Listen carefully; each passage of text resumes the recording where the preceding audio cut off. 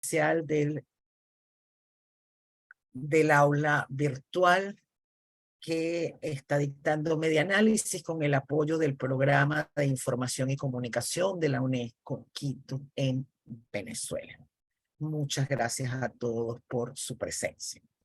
Permítanme presentarme, mi nombre es Mariela Torrealba, soy profesora de la UCB, ya jubilada, y actualmente directora académica de Medianálisis. Me acompañan en esta sesión el profesor León Hernández, investigador y docente de la Universidad Católica Andrés Bello y coordinador del Observatorio Venezolano de Fake News, que es un proyecto de medianálisis. También nos acompaña Elsa Cecilia Piña, fundadora de Medianálisis, docente y periodista con especialización en el área de derechos humanos y maestrante en comunicación para el desarrollo. Y también nos acompaña Raquel Méndez, quien es la mano derecha y la mano izquierda, nuestro asistente operativo en las aulas. Bienvenidos. Esta sesión es una sesión que estimamos que puede durar 45 minutos, 50 quizás, en la cual vamos a dar inicio formal a este curso, a esta sección de esta aula, y queremos explicarles tanto algunas cosas vinculadas con el aula como con nosotros como Medianálisis. Medianálisis es una asociación civil que va a cumplir 13 años, que nos ocupamos de la comunicación y del periodismo independiente. Desde hace 13 años hacemos actividades de investigación, de capacitación. En capacitación tenemos casi 3.000 personas con certificados en capacitaciones más largas y en capacitaciones breves, foros, seminarios cortos, ese tipo de cosas, superamos las 12.000 personas. También hacemos activismo informativo. Dentro del activismo informativo tenemos 2 proyectos bandera. Uno, cotejo.info, el primer medio de fact-checking en el país, que actualmente hace desmentidos en alianza con Facebook, y gracias a que somos miembros de la Red Internacional de Fact-Checking. Y desde el año 2019 tenemos el Observatorio Venezolano de Fake News. Este programa, este proyecto de aulas en el cual hemos hecho esta convocatoria al país, en el cual tuvimos una avasallante preinscripción y en la cual ustedes han sido seleccionados para formarse, se realiza gracias a UNESCO Quito, quien financia este programa, y que da cuenta de la preocupación de la UNESCO por la desinformación, las fake news o bulos y la situación informativa en general. La temática de los bulos y la desinformación no es una temática nueva. Napoleón ya le decía a su oficina de prensa y le reclamaba a su oficina de prensa, hay cartas que lo atestiguan, donde él pedía que la prensa anunciara la victoria antes de su llegada, conscientes del impacto que la información tenía para la vida social. Este problema que se ha agudizado en la última década, en el caso venezolano, este es un problema mundial en primera instancia, pero se ha agudizado en la última década, es particularmente grave para el caso venezolano, en la medida en que lo que sería un contrapeso a esos procesos, que sería un ecosistema informativo independiente, plural, diverso, nos encuentra a los venezolanos con un ecosistema informativo precarizado, restringido, empequeñecido. Hago unas breves referencias. Hablemos de la prensa impresa, de 122 diarios, con los que contábamos en una década. Hoy tenemos 20 y no me atrevería a llamarlos a todos diarios. El último trimestre del año pasado vimos el cierre de 90 emisoras. Y si bien hemos tenido una primavera digital, una importante expansión de medios digitales, sabemos que el 60% de los venezolanos no tiene conexión a Internet y que normalmente tenemos conexiones precarias, inestables. Es un país que enfrenta además una serie de restricciones eléctricas más o menos permanentes y en el cual además el mundo digital exige competencias y habilidades e inclusive recursos que no todos los venezolanos tienen. A veces decimos que todos los venezolanos tienen celular, pero en el mes de diciembre, en marco de otro proyecto de media análisis, hicimos una radio comunitaria en una casa de alimentación para ancianos en la ciudad de Yaritagua. Y de 40 personas asistentes, 17 no tenían correo electrónico y 19 no tenían teléfono celular. Lo que da cuenta de la precariedad que el país vive. Entonces, en ese sentido, como parte de las labores investigativas y de capacitación de media análisis, damos inicio a este curso. Este es un curso estructurado en torno a el Manual de Capacitación e Información, Periodismo, Noticias Falsas y Desinformación de la UNESCO, cuya edición en español es data del año 2018. Estas siete grandes capítulos fueron adaptados a la realidad venezolana y se suman 3 capítulos más que se hicieron específicamente para la realidad venezolana. Media Análisis, como muchas organizaciones en Venezuela y en el mundo, inició sus procesos de virtualización de la capacitación en el marco de la pandemia, pero el año pasado dictamos 14 cursos, 14 aulas virtuales. Tuvimos, ahora no me acuerdo si fueron 712 o 612 personas capacitadas, pero tuvimos una enorme cantidad de personas capacitadas. Y desde 2020, 2021, 2022, Media Análisis ha desarrollado estrategias metodológicas para la formación virtual.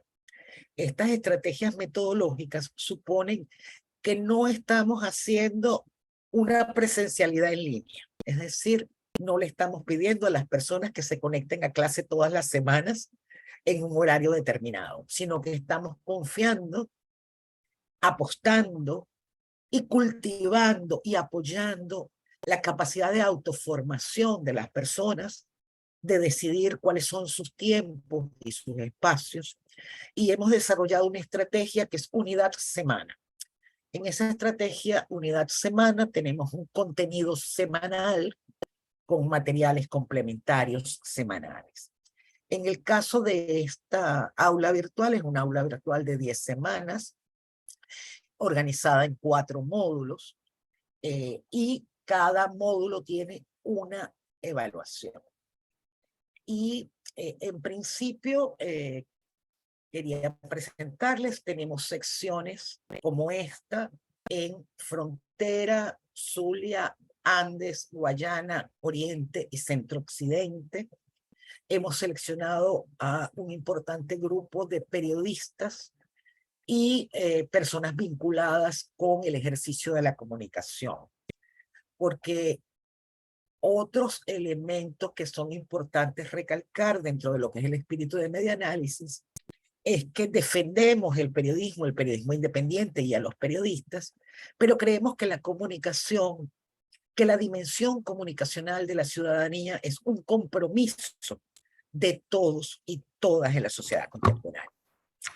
En un ya lejano 1998, cuando se aprobó la primera ley orgánica para el niño, la niña y el adolescente, uno de los 36 derechos comunicacionales era la necesidad de que el Estado venezolano creara un componente de educación para los medios en primaria y en secundaria. Eso no pasó, pero bueno, esa es otra historia.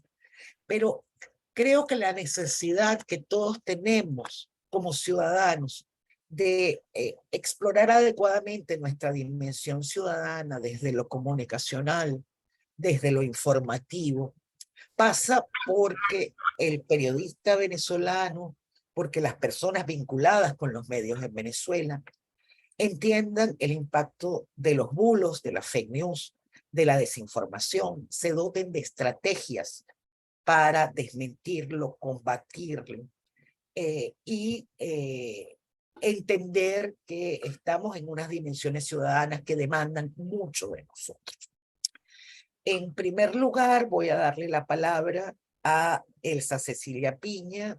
Elsa, que también es fundadora de Medianálisis, junto conmigo, con Andrés Cañizales, Gloria Carrasco, Miguel Ángel Latouche, es docente y periodista, y es quien va a apoyarlos en todo lo que es la estrategia propia del aula. Elsa, tienes la palabra. Gracias, Mariela. Bueno, buenos días a todos. Como explicó Mariela, yo soy la coordinadora docente de estas aulas y voy a estar a sus órdenes tanto a través del aula virtual como a través de mi correo electrónico acmedianálisis@gmail.com. Este es el correo desde donde le han llegado todas las informaciones, tanto de invitación para aceptar el aula virtual como recordatorios. ¿Okay? El profesor de la sección centro es León Hernández. Pueden comunicarse con él tanto a través de la plataforma de Classroom, el tablón de inicio, como por este correo electrónico que pueden ver acá. Lo pueden anotar o ver en el correo electrónico cuando les llegan las informaciones, porque siempre recibe copia de todo lo que ustedes, de lo que yo les envío a ustedes. Como les dijo Mariela, este programa de formación dura 3 meses, lo distribuimos en 10 semanas, desde el 16 de enero hasta el 24 de marzo. Esas 10 semanas las estructuramos en 4 módulos que tienen entre 2 y 3 semanas de trabajo. ¿Okay? Trabajaremos de la siguiente manera. Los días lunes a las 8 de la mañana se publica una guía con materiales complementarios para que ustedes a lo largo de esa semana revisen todo el contenido y tengan oportunidad de aclarar las informaciones antes de que se publique la evaluación que corresponda a ese módulo. La idea es que no lo dejen para última hora, sino que poco a poco vayan revisando a lo largo de la semana y por lo menos una semana antes de que se cierre la evaluación, ya tengan todas las dudas aclaradas. Pongamos un ejemplo. Hoy lunes se publicó a las 8 de la mañana la guía de inicio y 2 materiales complementarios que van a funcionar, que van a servir para el módulo 1, que tiene 2 semanas de trabajo. Entonces, ustedes van a ir a lo largo de estas 2 semanas consultando el material complementario y con la guía 1 van a responder la evaluación que se va a publicar a finales de esta semana, el día viernes, y que van a tener 10 días para responder. Las evaluaciones, a diferencia de los materiales que van a estar disponibles durante todo el curso, tienen fecha de cierre, ¿ok? Se abren, pongamos, el viernes y cierran el domingo de la semana siguiente y tienen solo una oportunidad de responderse. La idea es que no arrastren evaluaciones, es decir, cerró el módulo 1, cerró la evaluación 1, continuamos al módulo 2. Tenemos que sumar 10 puntos, ¿ok? Al final del curso para poder aprobarlo, ¿ok?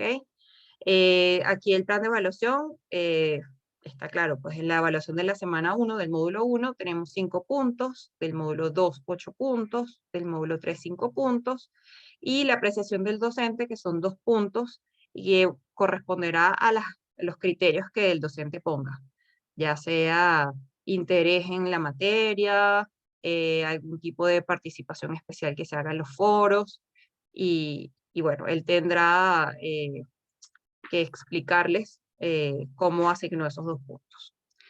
Ok, la dinámica de trabajo incluye actividades sincrónicas. Esas actividades sincrónicas no son evaluadas ni son obligatorias. Sin embargo, son importantes. ¿Ok? Vamos a tener 3 Zoom. Hoy es el primero. Y la última semana tendremos el último. ¿Ok? Vamos a tener un Zoom en el medio que va a ser el panel que está organizando Medianálisis para todos los participantes de las 7 aulas que están activas en este momento. Y luego vamos a tener 4 actividades por WhatsApp. Aunque dicen que son sincrónicas, los chats de dudas no son sincrónicos. Es decir, el chat de dudas se abre durante todo el día, pongamos de las 8 de la mañana hasta las 8 de la noche, y el profesor establece ciertas horas en las que va a estar activo. Si, por ejemplo, el profesor está activo a las 12 del mediodía, de 12 a 1 y de 7 a 8 de la noche, ustedes durante todo el día van a poder escribir y publicar preguntas, y el profesor en esas horas en las que él va a estar al mismo tiempo que ustedes, responde. ¿Okay? Entonces, es sincrónico, pero no es tan sincrónico. Sin embargo, el foro de discusión sí es una actividad que debería ser más activa, porque se pone como un tema y los estudiantes comienzan a expresar sus opiniones y hablar al respecto. ¿Ok? Si tienen alguna duda o alguna inquietud, también las pueden plantear, pero es más relacionado con la inquietud que les plantea el profesor. Por ejemplo, la desinformación en Venezuela es mayor o menor que en el resto de América Latina. Entonces, ustedes empiezan a hablar, no, yo conozco la experiencia de tal país y aquí es peor, o no, allá es mayor, X. Entonces, la idea de los foros de discusión es que haya mayor participación sincrónica, o sea, junto con el profesor. De igual manera va a estar abierto durante un tiempo prolongado para que quienes no puedan en el preciso momento en el que el profesor está presente puedan dejar sus comentarios y él posteriormente responderles. Algo que quería recordarles es el cronograma de trabajo. Vamos a estar trabajando con este cronograma de trabajo, ¿ok? Hoy es el Zoom de bienvenida. El 23 de enero tendremos el chat de dudas, el primero. El 30 de enero tendremos el foro por WhatsApp para discutir la evaluación de la semana del módulo 2. El 6 de febrero tendremos un chat de dudas. Del 20 al 24 de febrero haremos el panel para todas las secciones. Ese panel todavía no tiene fecha, pero se lo avisaremos lo más pronto que podamos. ¿Ok? Para este panel es importante que participen por el tema de que participarán ponentes que están fuera de los profesores, o sea, ponentes de otras universidades, de organismos que trataremos de que puedan aportar algo a la discusión. El 27 de febrero tendremos el tercer chat de dudas y el 6 de marzo el debate por el tablón de Classroom. ¿Okay? Ya aquí en la semana 9 ya es nuestro último módulo y tendremos el cierre y la entrega de certificado, que será el 20 de marzo a las 11 de la mañana. Como dicen por acá, Zoom, Zoom, Zoom, WhatsApp, WhatsApp, WhatsApp y WhatsApp. Esas son las plataformas que utilizaremos. Tendremos WhatsApp, Zoom y Classroom. El Classroom, como lo vieron, es muy sencillo. Tiene una sección de tablón en donde se publican todos los anuncios, una sección de trabajo en donde tenemos toda la información para hablar sobre, mostrar todos los contenidos de forma ordenada. Y en evaluaciones o tareas tenemos las calificaciones y las asignaciones ya corregidas. Bueno, cualquier duda, cualquier inquietud, estaré por acá para resolverla. Quienes quieran de una vez levantar la mano pueden hacerlo y les respondo rapidito. Si no, al final tendremos la oportunidad de conversar y ampliar todos estos contenidos.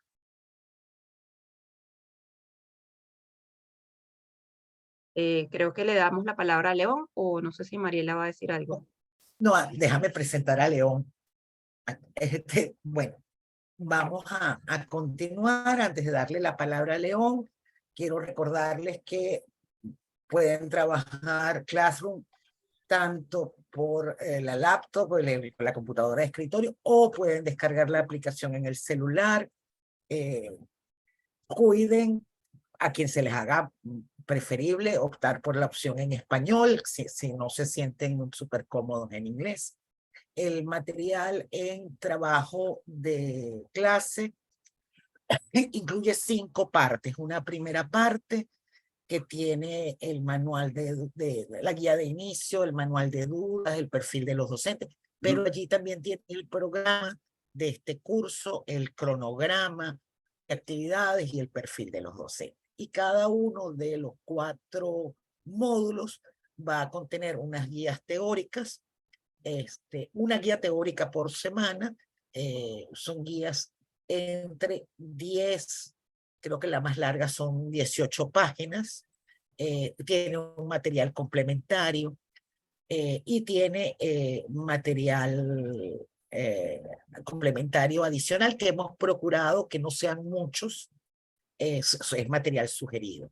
Sin embargo, creemos muy importante que puedan descargar el manual de la UNESCO que está a la disposición de ustedes, e inclusive entre los materiales complementarios van a encontrar algunos materiales desarrollados desde Medianálisis, en Medianálisis o en el Observatorio Venezolano de Fake News, como parte de nuestras actividades de investigación. Medianálisis ha publicado 7 libros impresos que también pueden ser descargados. 3 de ellos son del Observatorio Venezolano de Fake News. Y dentro del Observatorio Venezolano de Fake News tenemos manuales e investigaciones que hemos realizado como equipo para la comprensión de esa actividad, porque creemos que si bien desmentir los bulos es fundamental, alertar a la ciudadanía sobre los bulos es fundamental, proporcionarle a la ciudadanía elementos para la comprensión de lo que significan en la vida contemporánea también lo consideramos fundamental. Inclusive allí tenemos una sección que se llama herramientas, en la cual están los enlaces y una breve descripción de uso de cerca de 30 herramientas digitales que están disponibles para los procesos de verificación y de desmentir. Voy a darle la palabra a mi amigo, también socio de Medianálisis, profesor León Hernández, con maestría, con premios en Estados Unidos, último director de información de RCTV, coordinador del Observatorio Venezolano de Fake News, junto conmigo, que también tenemos esa actividad, y un teórico de la desinformación y los bulos en Venezuela. Él nos va a acompañar fundamentalmente a través del tablón. El tablón es un espacio para que nosotros hagamos anuncios, pero también es el espacio para que ustedes hagan dudas, presenten ejemplos, hagan comentarios de todo tipo. Medianálisis tiene una experiencia, yo creo que válida e importante en el proceso de aulas virtuales. Esta será nuestra primera aula de más de un mes. Hemos hecho aulas hasta de un mes, que de verdad que han sido bastante bien evaluadas. Creemos que esta actividad que desarrollamos gracias al apoyo de un programa realizado con UNESCO Quito, es parte del programa de UNESCO Quito del año 2020-2022. Este programa que da cuenta de la preocupación de la UNESCO por la desinformación ha tenido otras expresiones en el continente. Por ejemplo, los cursos del Night Center que se dieron el año pasado y que Medianálisis apoyó en la convocatoria. Por lo menos 2 cursos en los que yo participé que dictó la Universidad de La Paz, de las Naciones Unidas para el Desarrollo en Centroamérica, uno en El Salvador y otro en Honduras. Es decir, la preocupación de los organismos multilaterales por la desinformación no es gratuita. Y yo insisto, la importancia de las peculiaridades del caso venezolano que hacen que este sea un tema aún más grave. Voy a darle la palabra al profesor León Hernández y luego pasamos a darle la palabra a ustedes, que por ahí estoy viendo algunos nombres conocidos y queridos de larga data. León, tienes la palabra. Muchas gracias. De verdad un placer acompañarlos, un privilegio. Elsa comentaba al inicio que había 2 punticos por allí y esos 2 puntos por allí, bueno, relativos al tablón, relativos a cómo la persona interactúe con el tablón. Voy a tener que apagar la cámara que me está fallando. Y cómo se dé este proceso de ejemplo, sobre todo que ustedes puedan traer al aula. A mí me gustaría que tuvieran ejemplos, sobre todo con alguna capacidad de análisis. Y es importante, digamos, comprender de qué vamos a hablar. Vamos a hablar de desinformación. Desinformación que no solo tiene que ver con fake news, desinformación también tiene que ver con otros elementos. Básicamente, cuando la gente no tiene información porque tiene censura, cuando la gente prefiere callar por autocensura, cuando la gente prefiere de pronto evitar algunos temas, incluso en el ámbito de lo que son sus trabas y límites culturales, también hay desinformación. Digamos, por ejemplo, solo por citar un caso de cómo la cultura va moldeando estos discursos. En un momento determinado, el COVID generó un pánico porque no se sabía de qué se trataba y había cualquier cantidad de viralizaciones de falsas y milagrosas curas. Y esto era propio de nuestra cultura. El ser humano tiende al rumor, tiende a reducir de alguna manera eh, psicológica algunos nexos con la realidad. ¿Por qué? Primero porque tiene que dar respuesta rápida a lo que le rodea para poder andar. Es una de las características de ser consciente, de ser sapiens. Nosotros necesitamos tomar decisiones minuto a minuto, desde el momento de tomarnos un café, salir a caminar, hasta las más difíciles, saber qué vamos a estudiar, saber por qué vamos a estudiar lo que queremos, saber por qué vamos a casarnos con alguien. Y definitivamente la información es un poder. Y la desinformación, lamentablemente, también lo es. El camino que hemos notado de la vinculación del poder con los bulos es amplio. Ahí, digamos, el ejemplo que mencionaba Mariela tenía que ver con la guerra. Digamos que en los tiempos actuales se vive guerra ideológica de cualquier índole en el mundo digital que tiene que ver no solo con, digamos, la antigua pugna de la Guerra Fría entre socialistas y liberales capitalistas, ¿no? Tiene que ver con cualquier cantidad de valores eh, comerciales, sociales. Tiene que ver, por ejemplo, con la percepción de determinados temas de la agenda pública que ocupan la mente del ciudadano, pero también tiene que ver con la propia naturaleza errática del ciudadano. Nosotros hemos, por ejemplo, denominado contenidos falseados a los bulos y a las fake news. Y esto a propósito de una diatriba sobre qué es fake news, sobre qué es desinformación, sobre qué son bulos, sobre qué son contenidos falseados. Yo, por ejemplo, les podría decir, solo por capitalizar un ejemplo que está en la mente de la gente ahorita. Ahorita, por ejemplo, Piqué salió diciendo que él tenía un convenio con Casio y salió Casio mandando un comunicado diciendo que no, esto era falso. Eso es una noticia falsa, pero no es una noticia falseada. Sería falseada si Piqué no hubiera dicho nada y alguien lo hubiera manipulado con deepfake su cara para decir que él tenía un convenio con Casio. Pero en efecto, Piqué lo dijo. Que lo que dijo era mentira, sí, es mentira.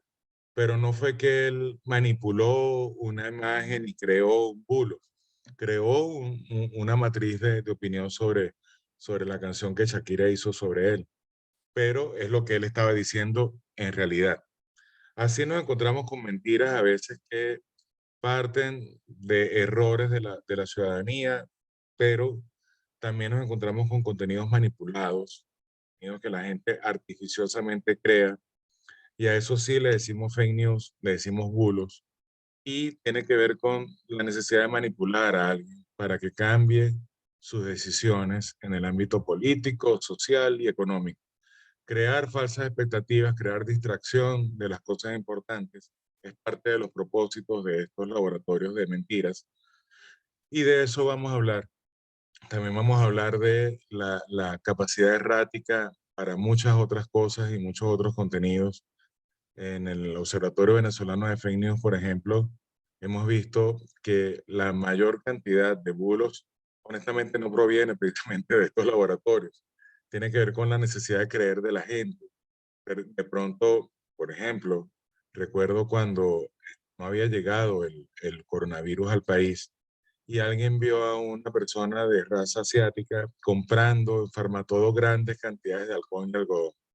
Y eso le bastó a la persona para decir, ya llegó el COVID a Venezuela. Y así lo mandó por redes y eso creció como pólvora. La gente necesitaba hablar sobre el tema y la gente tenía miedo. El miedo, el deseo, el temor, la rabia, son espacios emocionales ampliamente cosechables para la decisión. Esto es una de las cosas que también hemos analizado y es alguna de las cosas que van a encontrar en los contenidos que le vamos a compartir. En Venezuela, al igual que lo decía Mariela al inicio, al igual que en el resto del mundo, la desinformación no es nueva. Tenemos casos de bulos o de manipulaciones del discurso noticioso o informativo desde la época de la guerra independentista, cuando más de un medio trató de dar a entender que había mayores esfuerzos y mayores capacidades del Imperio Español para derrotar al bando patriota en la guerra de independencia.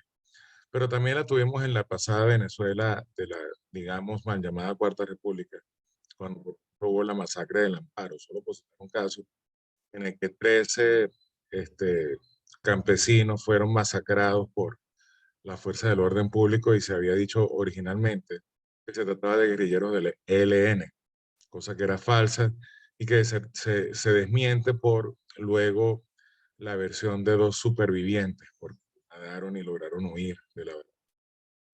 Tenemos lamentablemente un ecosistema muy deteriorado en el ámbito informativo, medios cerrados, y esto genera que a ese ciego que ya no tiene mucho donde coger en cuanto a la información abierta y no necesariamente de Internet se refiere, ahora ese ciego también camina empujado por bulos y desinformación que rueda de manera inexplicable, pero de manera muy malintencionada. Por ejemplo, tenemos cualquier cantidad de casos de bulos que circulan y recirculan, secuestros de niños que supuestamente son tomados de los colegios, móviles de crímenes que no ocurren, contenido dudoso, como por ejemplo uno que detectó recientemente el observatorio sobre la supuesta eh, utilización de celulares dejados en camionetas y dejados en camioneticas por puestos para generar que policías supuestamente extorsionan a la gente,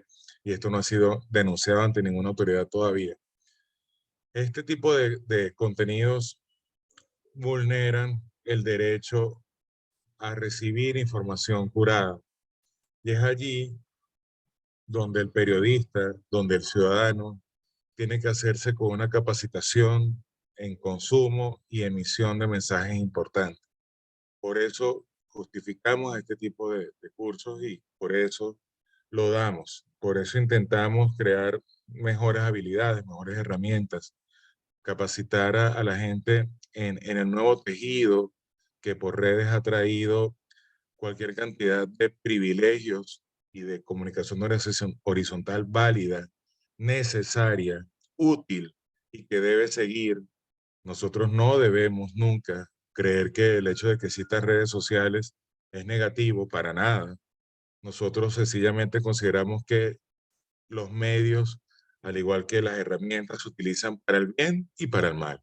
Y así como sirven para de pronto conocer qué está pasando con un ciudadano que le están siendo vulnerados sus derechos en Liberia, en Rusia, en Ucrania, también sirve para saber qué está pasando en Venezuela y muchos de las iniciativas de periodismo digital han apelado a WhatsApp, a Telegram, para comunicar boletines importantes y mantener conectada a la población.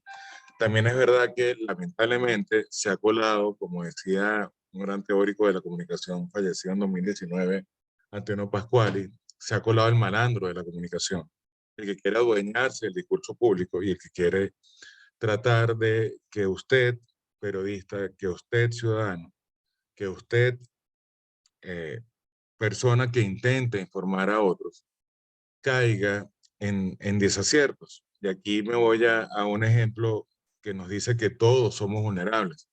Un estimado profesor a quien estimo de la Católica, Isaac Naón, tiene un emprendimiento digital periodístico en Canadá. Ayer nomás retuiteaba un bulo que ponía otra vez la cara de Mia Khalifa, actriz de la industria pornográfica, diciendo que era una venezolana galardonada por conocimientos X, tratando ese laboratorio, que lo ha hecho varias veces, de crear cierta susceptibilidad y xenofobia en contra de los venezolanos porque de alguna manera humilla en este sentido los valores y los verdaderos galardonados de Venezuela en todas las latitudes. A propósito de una Venezuela cada vez más migrante.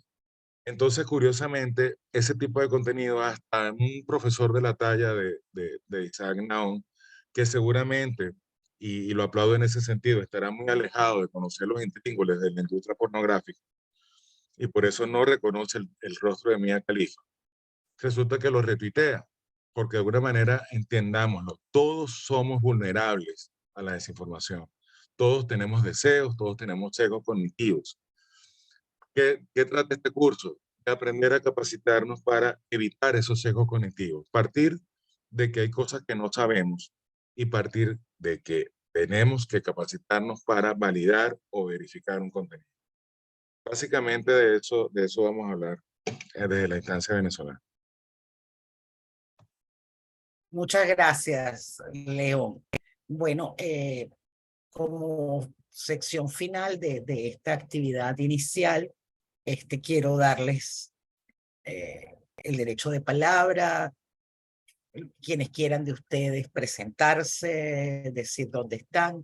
Un detalle, si bien en la zona centro no son tan frecuentes las fallas eléctricas y de conectividad como en otras regiones del país, si por alguna casualidad haciendo una evaluación se le fue la luz, se le cayó la conexión, etcétera, escriben a ACM de análisis para que ELSA restaure su posibilidad de completar. Carla, tienes la palabra.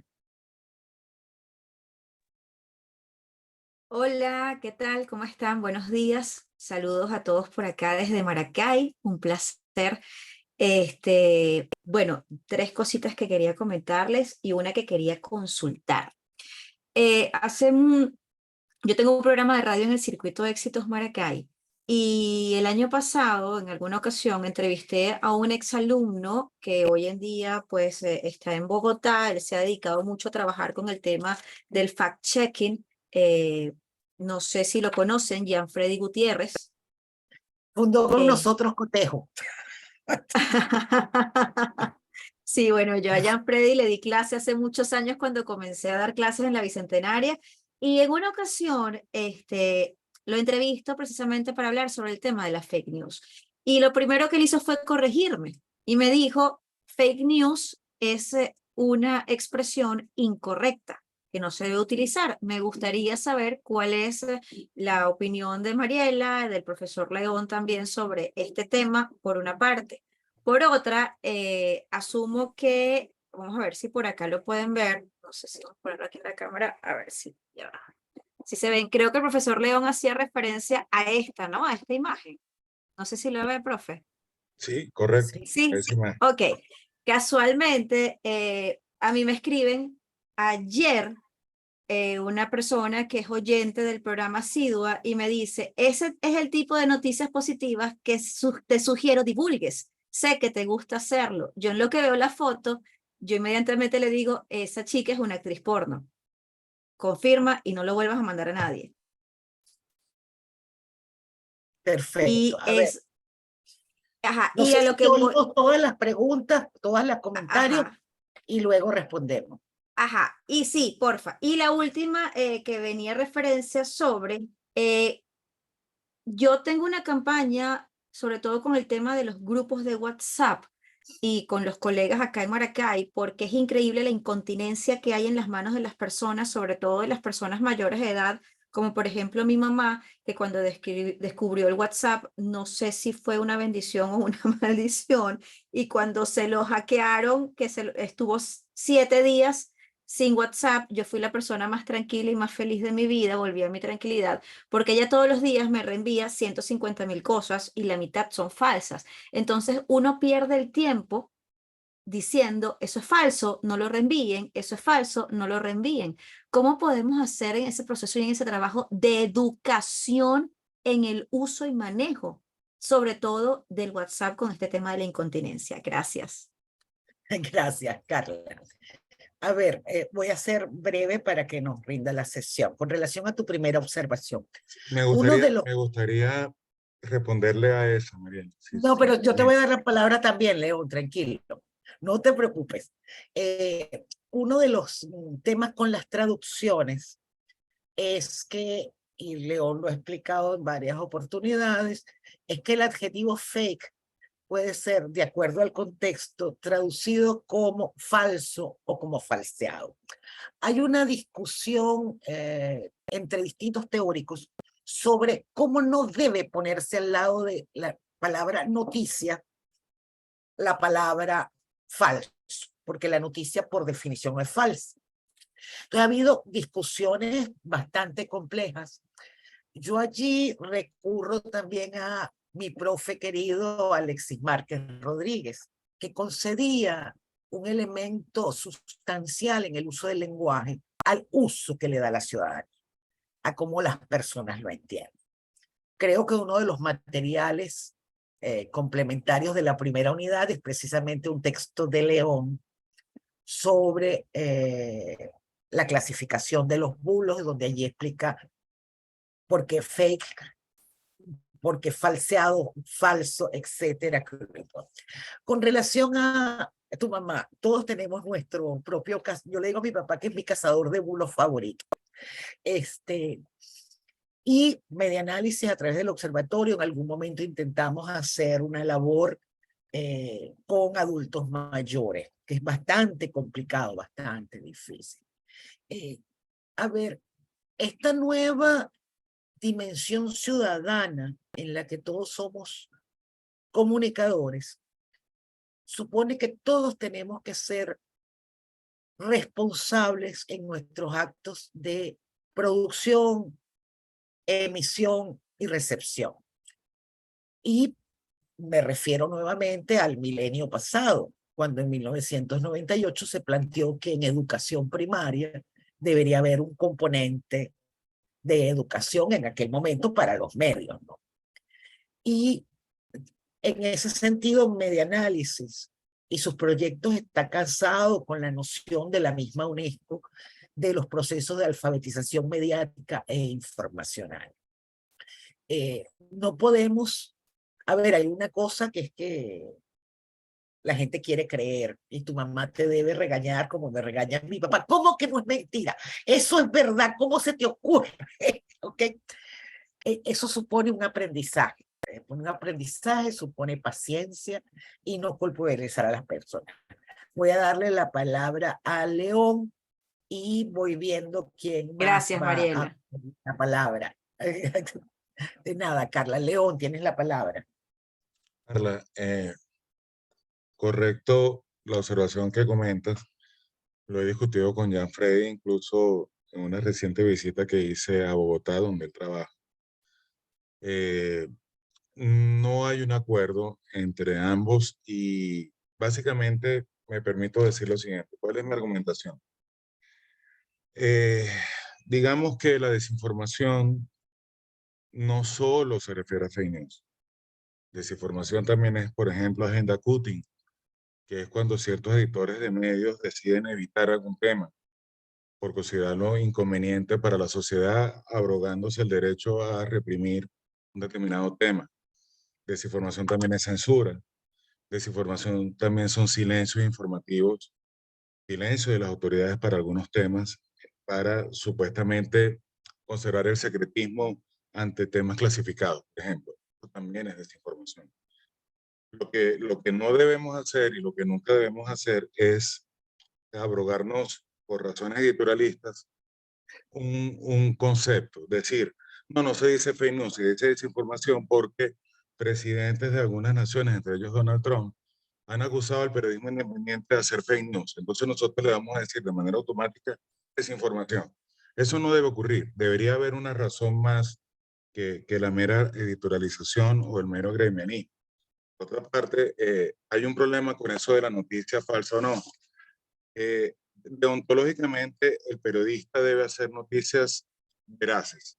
Digamos, no tener la verdad en la mano, pero sí con elementos de precisión y de información válida. Lo que sucede es que cuando llega el receptor ni sabe cómo llegó eso allí, ni entiende si de repente proviene de un escrito que realmente escribió, por ejemplo, Nelson Bocaranda, Laureano Márquez, o no. Sencillamente recibe algo que luce como una noticia. El lector está capacitado para tener un autodetector, para saber si eso es verdadero o falso. No, él lo recibe como una noticia. Si fuese así, si tautológicamente y ontológicamente una noticia fuera verdadera, no habría problema, no estaríamos editando este taller. Todo el mundo sabría de manera automática que esa noticia es falsa, porque de alguna manera toda noticia tiene que ser verdadera, ¿correcto? Ya por allá hay una falla lógica. En ese sentido, sí, para un receptor una noticia puede llegarle y resulta que eso puede ser falso, puede haber sido una manipulación y él lo asimila como noticia y entonces sí existen las noticias falsas. Y como existen los amores falsos, alguien se casa y alguien pensaba que la pareja lo amaba y resulta que no. Eso pasa, alguien mintió haciendo ese contenido que parecía una noticia y es fake. Fake es distinto a false en inglés, porque falso puede ser que alguien está mintiendo de frente. O sea, yo puedo decir, mintiéndole de frente, que yo soy el hombre más bello de Caracas. Y estoy mintiendo de frente. En ese sentido, cuando alguien miente de frente, nadie podría decir que yo no dije eso, sino que alguien inventó que yo lo dije. Cuando hablamos de fake, es que alguien hizo una imitación de mí, o se abrogó mi identidad, hizo una maroma para hacer creer que yo había dicho que yo era el más bello de Caracas. Y por eso hay una diferencia entre decir false information y decir fake information o fake news. De alguna manera en español, lamentablemente no tenemos ese tipo de comentarios porque también incluso en inglés está misinformation y disinformation. Sí, Que León, dame un sería chance. la intencional y la no intencionada. Sí, Es León, dame decir, un chance. no está cerrado el No, debate y en ese sentido todavía podemos, en lo personal, decirte, por lo menos, creo yo que sería errado llamar al todo como una parte y llamar a una parte como el todo.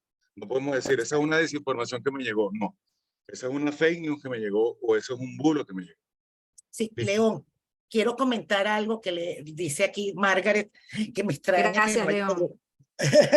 que no haya pedido el derecho de palabra, Margaret. Margaret comenta, pasa también lo mismo que está diciendo León, que en español hay menos términos para caracterizar al fenómeno. En inglés se diferencia, por ejemplo, entre disinformation y misinformation. Carla señala, quisiera acotar con respecto al tema de fake news en las redes sociales. Facebook actualmente cuenta con un equipo que se dedica a desmentir y eliminar toda, no, ojalá fuera toda, eliminar toda la información que es posible de esas noticias falsas que circulan en la red. También nos permite reportar dicha información en caso de que nosotros seamos quienes nos demos cuenta que la misma es falsa, para entonces agilizar el proceso de eliminación de este contenido tan perjudicial.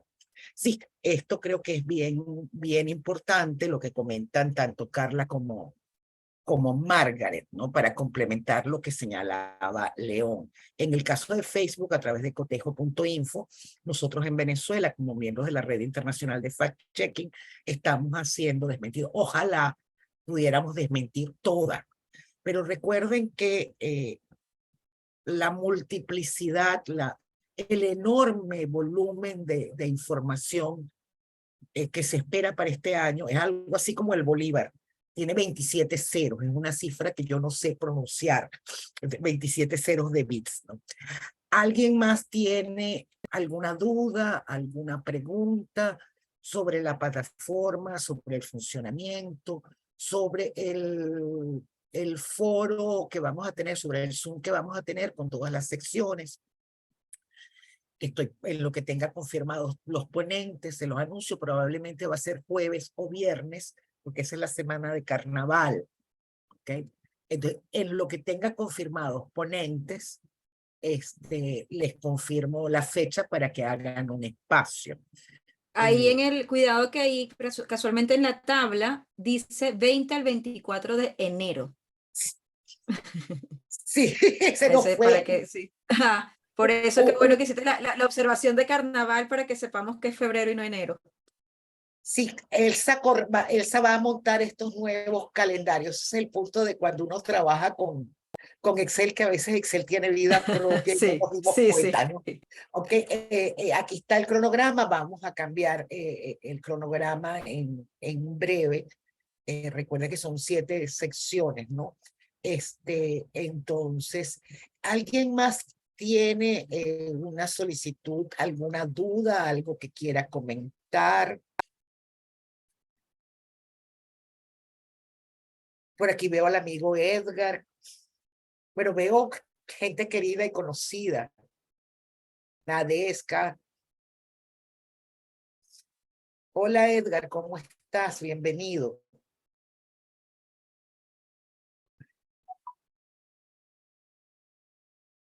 Oye, pero no lo oímos.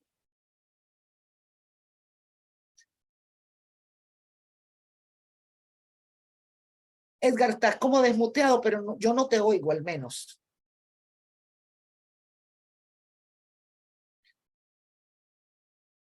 Nadie tiene dudas, preguntas.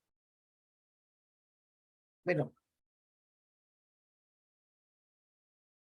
si no hay más dudas, si no hay más preguntas, yo les voy a pedir a todos los que puedan abrir la cámara, que lo hagan para tener un recordatorio de esta sesión informativa. Si pueden, por favor, los profes, Mariela, colocar en el chat su Instagram para que, bueno, quienes tomemos una foto o algo podamos compartirla y etiquetarlos. Ya va. Tú sabes que yo tuiteo más que Instagram. Te lo paso Listo. por el correo. Mi Twitter es profe M. Torrealba. Instagram soy de una generación poco icónica. Profe M. Torrealba, ok.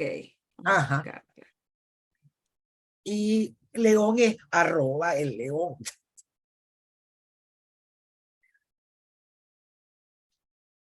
León, tú sabes que así empezó la cámara de mi PC con esa falla que te está haciendo la tuya, hasta que tuve que comprar una camarita de las que se cuelgan porque se murió. Es probable que me toque entonces. Profe M. Torrealba. Ajá. En todo caso, están esos datos en el perfil de los profesores. Están los correos, las direcciones, una breve bibliografía de cada profesor.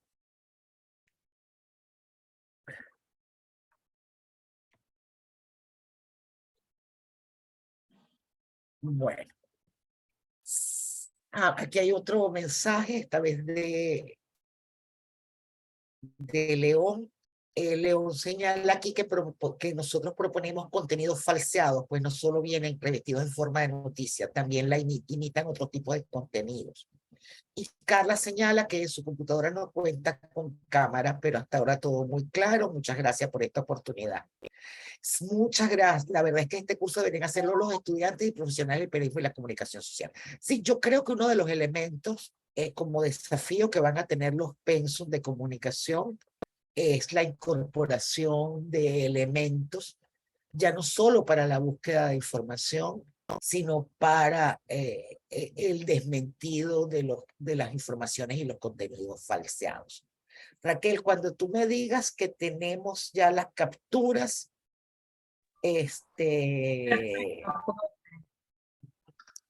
bueno, quiero agradecerles a todos y todas su presencia.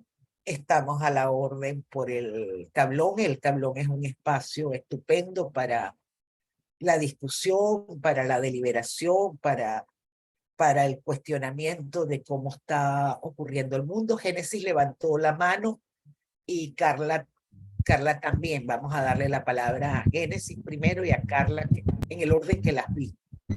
Hola, muy buenos días. Y bueno, nada, quería agradecerles porque en mi caso soy estudiante de comunicación social.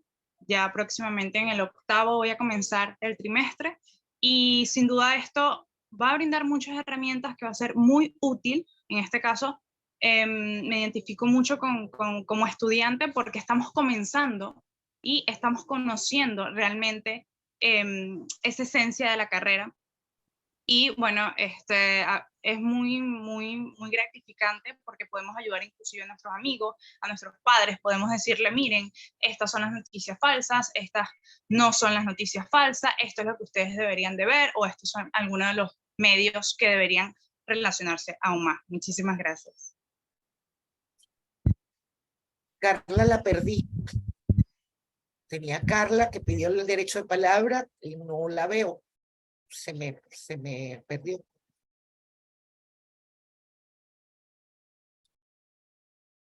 Porque no era Carla León, que sí está conectada, sino era una Carla con K. Bueno, buen apetito. Ya va que hay 2 nuevos mensajes. Hola. Hola Carla, coméntanos. Hola, estoy en Maracaibo, soy periodista, fui colega, compañera de trabajo con León en RCTV en los años 90 y algo que me llama la atención o que me preocupa son las redes sociales. O sea, ¿qué tan culpables son las redes sociales de la desinformación en el mundo? A ver, el martillo no tiene la culpa. En principio, ¿no? O sea, si alguien se da un martillazo en el dedo, la culpa no es del martillo. Hay allí responsabilidades ciudadanas que pasan por responsabilidades institucionales. ¿Cuál es la responsabilidad ciudadana? Tenemos que aprender a ser emisores responsables y receptores críticos.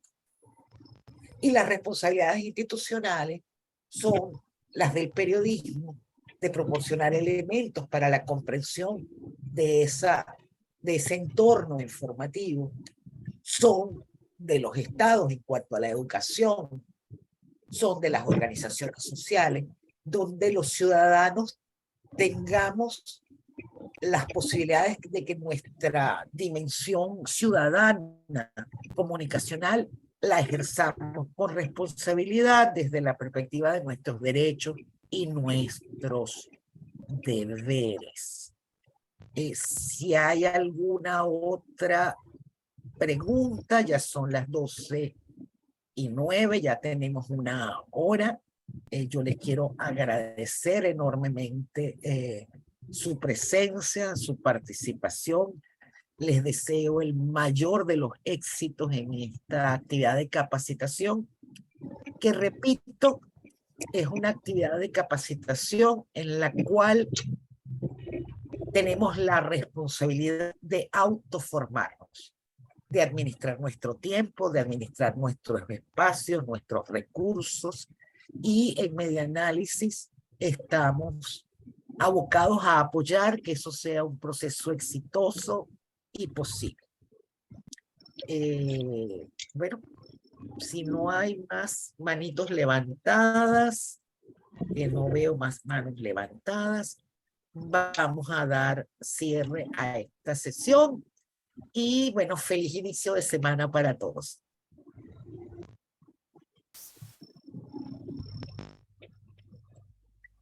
Chao. Chao. Chao. Un placer, saludos. Gracias, un gusto.